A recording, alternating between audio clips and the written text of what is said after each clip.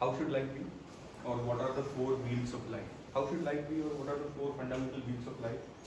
That you need balance. Only then your car sails smoothly in life.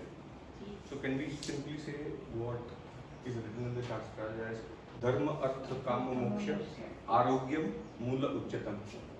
Right?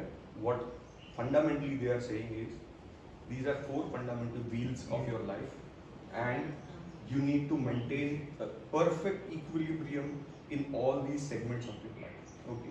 If someone is focusing too much on health, okay, then they start probably creating an imbalance in some other area of their life. If someone is focusing too much on wealth, obviously you start disturbing your relationships, you start disturbing your health in certain manner.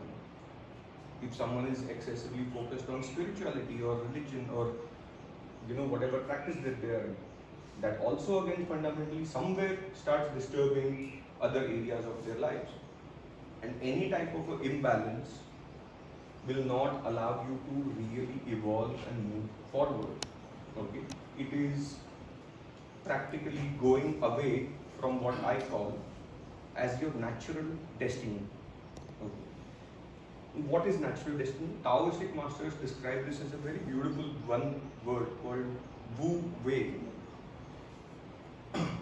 which means that you are going in the right direction all the time without a purpose, goal or agenda. Okay. Never deviating actually from the path, and yet enjoying the path along the way. Okay. The moment you are excessively focused on a goal, a dream, an aspiration, in our bodies and psychosomatically, unconsciously we start creating a lot of stress. Okay. This stress is what starts deviating us from our natural path. People will have fantastic reasons for it. They will say, oh no, but I am super positive in life. Those enthu cutlets will say, but I am driven. Okay. But that being driven is what I call something as a reflexive energy. Okay. What you are reflecting. We reflect from the way how our body is designed. It is a beautiful information processing organism, okay, which is very, very dynamic in nature. It is governed by multiple internal and external influences. 70% internal influences. We will understand how we process these information and how we project different realities of our own self. Okay.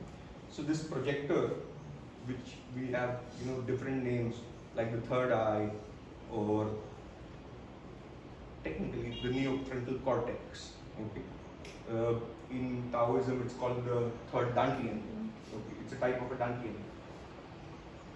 This reflexive energy, the higher the reflexive energy of a person, it is where do you really get this energy from?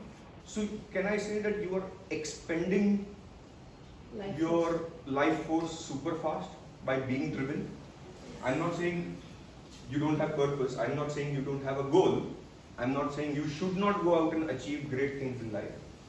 But at what cost? The moment someone is high on reflexive energy, you are consuming something what we call as your prenatal energy or your real energy. Okay. Or speculative energy. The reflexive, or I call it the speculative energy, which is when you look at that person or when you talk to that person, they always have ideas about the future.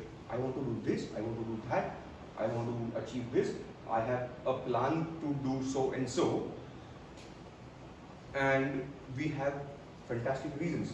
No, but I am not doing it for myself, you see. I am doing it for the society, I am doing it for the community, I am doing it for my family. But ultimately, it is just a facade, it is just a reason.